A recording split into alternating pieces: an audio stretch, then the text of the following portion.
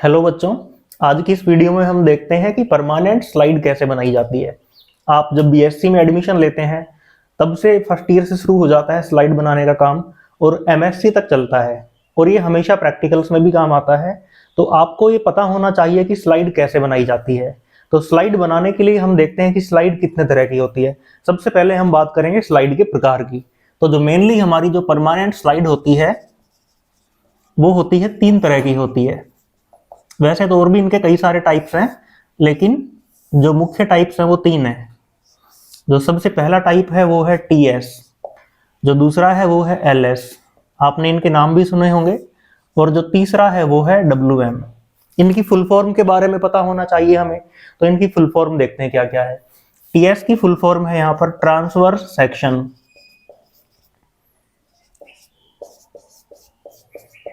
इसको हिंदी में कहते हैं हम अनुप्रस्थ काट। सेकंड जो एलएस है इसकी फुल फॉर्म है यहाँ पर लॉन्गिट्यूडिनल सेक्शन, इसको हिंदी में कहते हैं हम अनुलंब काट या अनुदैर्ध्य काट। तीसरे नंबर पे आती है डब्ल्यूएम, इसको हम कहते हैं होल माउंट। ये किसी छोटे एनिमल के लिए बनाई जाती है, जैसे मान लीजिए कोई मच्छर है, कोई लार्वा है, या और भी कोई जो माइक्रो ऑर्गेनिज्म है जो कि हमें माइक्रोस्कोप पे दिखाई देता है, उसकी स्लाइड बनाने के लिए हम कौन सा यहाँ पे मटेरियल, कौन सा तरीका काम में लेते हैं, डब्ल्यूएम का। डब्ल्यूएम की फुल फॉर्म क्या है, होल माउंट है। मेनली 3 तरह से स्लाइड बनती है। एलएस और टीएस का जो बेसिक फर्क है मैं आपको समझा देता हूँ। एक कॉमन सा एग्जाम्पल लेते हैं हम। आपने लेडी फिंगर भिंडी की सब्जी तो खूब खाई होगी, तो ये क्या है, एक भिंडी है। आप इसकी सब्जी 2 तरह से देखते हैं। एक तो ऐसे काट दी जाती है, आपको इस तरह से वो फांक दिखाई देती है उसकी। जब इस तरह से आप किसी चीज को काट के और उसका सेक्शन देखें जिसमें वो पूरी उसकी सरफेस दिख जाए, उसे हम कहते हैं टीएस। ये कौन सी होती है, टीएस, ट्रांसवर्स सेक्शन, जब हम हॉरिजॉन्टल काटते हैं। ठीक है, ट्रांसवर्स सेक्शन में हम कैसे काटते हैं, हॉरिजॉन्टल। और जो दूसरा तरीका है अनुलंब का, आपने एक देखी होगी, ऐसी फांक कटती है उसकी लंबाई के, तब उसको हम क्या कहते हैं, लॉन्गिट्यूडिनल सेक्शन या अनुलंब काट कहते हैं। ठीक है, इसमें कैसे काटी जाती है वो, लॉन्गिट्यूडिनल, यानी कि ऐसे वर्टिकल वर्टिकल उसका सेक्शन काटा जाता है। और डब्ल्यूएम में तो काटना ही नहीं है, हमें डायरेक्ट उसकी क्या बना देनी है, स्लाइड बना देनी है।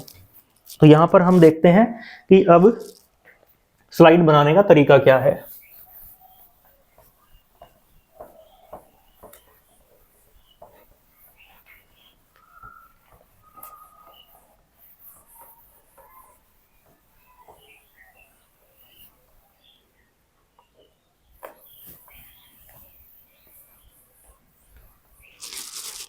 तो यहाँ पर हम उसके मेथड की बात करते हैं, स्लाइड बनाने का तरीका क्या होता है। तो यहाँ पर हम एक एक स्टेप वाइज उसकी बात करते हैं।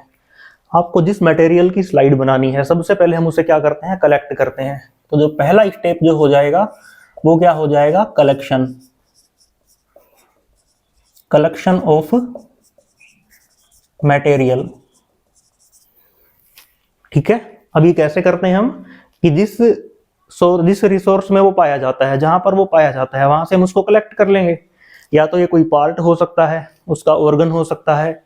जैसे हम बात करते हैं मच्छर की, तो मच्छर की आप विंग की स्लाइड बना सकते हो, या फिर जो कॉकरोच वगैरह होते हैं लैब में, हम आसानी से उनकी स्लाइड बना सकते हैं। जो वेस्प होते हैं, मधुमक्खी वगैरह होते हैं, उनके लिए हम ये स्लाइड बना सकते हैं। कलेक्शन के बाद क्या है, वॉशिंग। जो मटेरियल हमने कलेक्ट किया है उसकी वॉशिंग करना जरूरी है, क्योंकि उसके ऊपर डस्ट वगैरह हो सकती है। तो वॉशिंग करने के लिए हम क्या काम में लेते हैं, नॉर्मल पानी नहीं लेके हम क्या काम में लेते हैं, डिस्टिल्ड वाटर। डिस्टिल्ड वाटर काम में लिया जाता है लैब में, हमेशा ध्यान रखना। तीसरे नंबर पे है फिर निर्जलीकरण कहते हैं हम जिसको, निर्जलीकरण को इंग्लिश में क्या कहते हैं, डिहाइड्रेशन। तो इसको हम क्या कहते हैं, डिहाइड्रेशन। इसको हिंदी में कहेंगे हम यहाँ पर निर्जलीकरण। यानी कि हमने जब उसको डिस्टिल वाटर में डिप किया होता है, तो उसके बाद उसमें से जो एक्सेसिव जो वाटर की क्वांटिटी है उसके अंदर भी और जो उसके बाहर भी रहा है, उसको हम रिमूव करते हैं, स्टेप बाय स्टेप करते हैं, तो ये क्या कहलाता है, डिहाइड्रेशन। और ये बहुत इंपॉर्टेंट इसका पॉइंट है किसी भी स्लाइड को बनाने के लिए। इसके लिए हम अल्कोहल का काम में लेते हैं और अल्कोहल की एक पूरी सीरीज बनाई जाती है, ठीक है। और वो सीरीज कौन कौन सी है यहाँ पे ध्यान रखना आप उसका, 30%, 50%, 70%, 90% और है एब्सोल्यूट। ध्यान रखना कि कभी भी ये 100% की फॉर्म में नहीं होता। एब्सोल्यूट का मतलब क्या है कि उसकी कंसंट्रेशन कितनी है, 99.99%। उसके बाद फिर अगला स्टेप आ जाता है यहाँ पर, डिहाइड्रेशन के बाद एक स्टेप आ जाता है जिसको हम कहते हैं उसको कलर करना, ठीक है।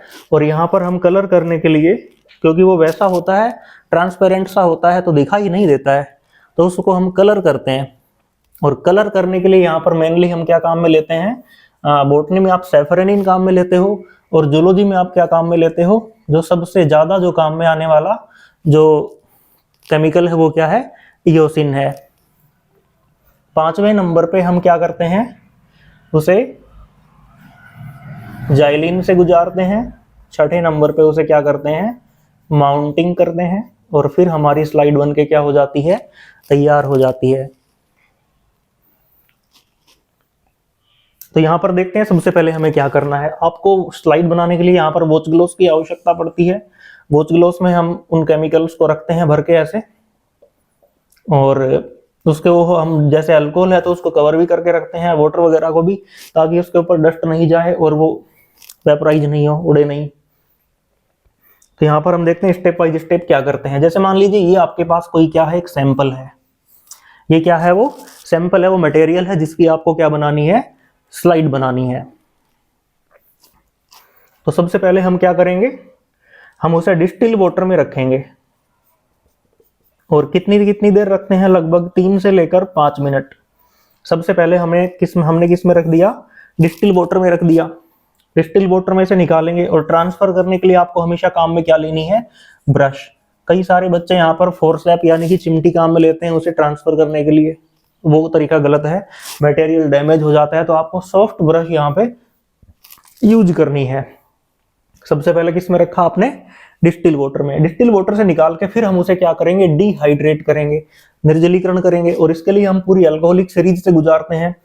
तो 30% में रखेंगे, 30% अल्कोहल, 50%, 70%। यहां पर इस स्टेप का नाम क्या है, स्टेनिंग है।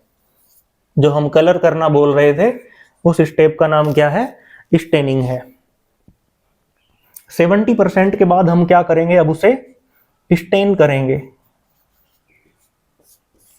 ध्यान रखना जो स्टेनिंग है 2 तरीके से होती है, सिंगल स्टेप और डबल स्टेप। यहाँ पर हम सिंगल स्टेनिंग मेथड काम में ले रहे हैं, तो 70 के बाद स्टेनिंग मीडियम में हम रख देंगे। और जो कि हमारे पास मेनली क्या है, इयोसिन है।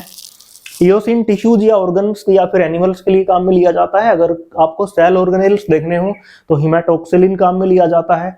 इसके अलावा यहाँ पे और भी कई सारे जो मटेरियल है उसकी नेचर के अकॉर्डिंग बहुत सारे हमारे पास स्टेनिंग मीडियम होते हैं।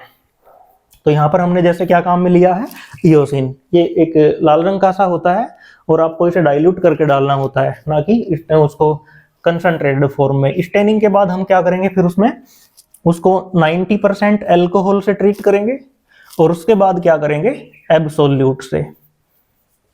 और इन सभी वॉच ग्लास में आपको कम से कम 3 मिनट रखना है और अधिक से अधिक कितने देर रखना है, 5 मिनट। ऐसा भी नहीं है कि उसको डिप करते ही निकाल लिया, या ऐसा भी नहीं है कि उसको काफी देर तक आपने छोड़ दिया है, ऐसे नहीं करना है। एब्सोल्यूट अल्कोहल में से निकालने के बाद देखिए यहाँ पे हमने उसे स्टेन किया था, तो कहीं कहीं पर क्या होता है कि कहीं कहीं पर एक्सेसिव स्टेन हो जाता है और कहीं कहीं पर कम होता है। तो जहां पर एक्सेसिव स्टेन हुआ है वहां से वो मटेरियल क्लियर नहीं दिखाई देता है, तो उसको क्लियर देखने के लिए हम उसको क्या करते हैं, अब यहाँ पे जाइलिन में से ट्रीट करते हैं।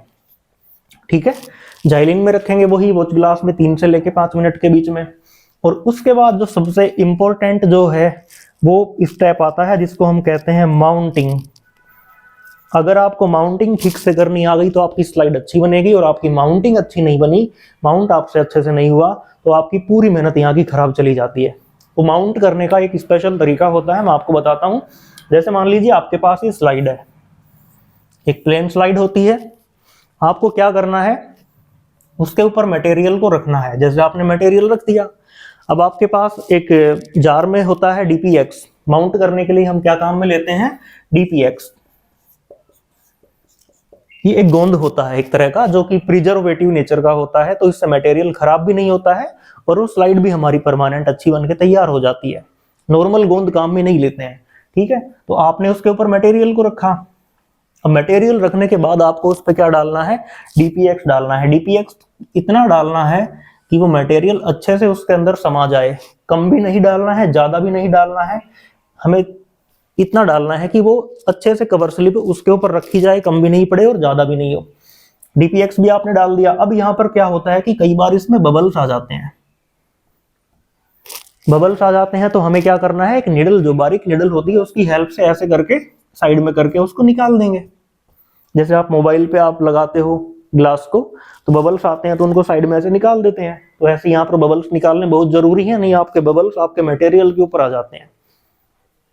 तो हमने उसको क्या कर दिया, बबल्स को निकाल दिया। अब उसके बाद हमें क्या रखना है, उसके ऊपर कवर स्लिप रखनी है, ठीक है। यहाँ पर मैं एक नाम लिख देता हूँ, कवर स्लिप। ये आप नाम सारे याद रखना ताकि स्लाइड बनाने में काम में आए, तो आपको ध्यान रहे। कवर स्लिप रखने का एक स्पेशल तरीका होता है। जैसे मान लीजिए ये मेरे पास क्या है, स्लाइड है, और ये मेरे पास क्या है, कवर स्लिप है। तो काफी सारे बच्चे उसको लेके डायरेक्ट ऐसे रख देते हैं। ऐसे भी नहीं रखना है, छोड़ना भी नहीं है ऊपर से। इसको रखने का तरीका होता है 45 डिग्री के एंगल पे। चिमटी की हेल्प से पकड़ लो, फोर्सेप की हेल्प से पकड़ लो इस कवर स्लिप को, और इसके ऊपर 45 डिग्री के एंगल से ऐसे रखो। जैसे मटेरियल यहाँ पे है तो यहाँ पे ऐसे रखो, और फिर उसको हल्का हल्का हल्का हल्का ऐसे रख दो। उसके बाद आपको दबाना भी नहीं है, वो धीरे धीरे अपने आप सेट हो जाएगा। सेट होने के बाद स्लाइड को आपको ऐसे झुकाना नहीं है, बिल्कुल एक हॉरिजॉन्टल इस जो स्टेज होती है इस तरह से किसी समतल जगह पे उसको रख दो सूखने के लिए।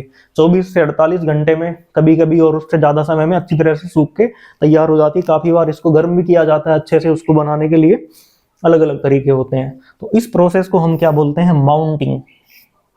तो माउंटिंग के लिए हमने क्या केमिकल काम में लिया था, डीपीएक्स। और प्रैक्टिकल में आपसे इसकी फुल फॉर्म पूछी जा सकती है कि इस डीपीएक्स की फुल फॉर्म बताओ, तो आपको डीपीएक्स की फुल फॉर्म याद होनी चाहिए, dibutyl phthalate, dibutyl phthalate polystyrene. आगे इसका नाम क्या है, पॉलीस्टाइरीन जाइलिन, ये इसका पूरा नाम है। तो डीपीएक्स, इन तीनों से मिलके क्या बना है, DPX, dial butyl phthalate polystyrene xylene. तो ये केमिकल होता है, और फिर आपकी स्लाइड यहाँ पर बनके तैयार हो जाती है। तो यहाँ पर एक बार फिर से हम रिवाइज करते हैं कौन कौन सी स्टेप्स होती हैं। सबसे पहले है कलेक्शन ऑफ मटेरियल, दूसरी स्टेप है वॉशिंग, डिस्टिल वाटर से करेंगे। तीसरी स्टेप है डिहाइड्रेशन, इसके लिए एल्कोहलिक सीरीज काम में लेते हैं। चौथी स्टेप है यहाँ पर स्टेनिंग, इसके लिए हम योसिन या फिर हिमेटोक्सिलिन, या फिर इसके अलावा हमारे पास मैथिलिन ब्लू, न्यूट्रल रेड, काफी सारे स्टेनिंग मीडियम होते हैं। ये याद रखना, सेफ्रेनिन बोटनी लैब में यूज होता है, ये प्लांट टिश्यू के लिए काम में आता है, ठीक है। सेफ्रेनिन कब काम में आता है, बोटनी में। जूलॉजी लैब में सेफ्रेनिन का नाम भी मत लेना आप कभी भूल के भी। और जाइलिन होगा हमारे पास, ठीक है, क्लियर करने के लिए उसे। और माउंटिंग के लिए हम डीपीएक्स काम में लेते हैं। कई बार कनाडा बाल्सम भी इसकी जगह काम में लिया जाता है, इसी को बोल देते हैं कनाडा बाल्सम, ठीक है। तो कंफ्यूज नहीं होना इन नामों में। तो ये पूरी स्टेप है। तो आई होप कि आप इस वीडियो के माध्यम से परमानेंट स्लाइड बनाने का तरीका समझ गए होंगे। ये एक थ्योरी से मैंने समझाया है, उसके बाद हम आपको लैब में प्रैक्टिकल के माध्यम से भी समझाएंगे। अगर ये वीडियो आपको अच्छी लगी हो तो आपके दोस्तों के साथ शेयर करना। धन्यवाद।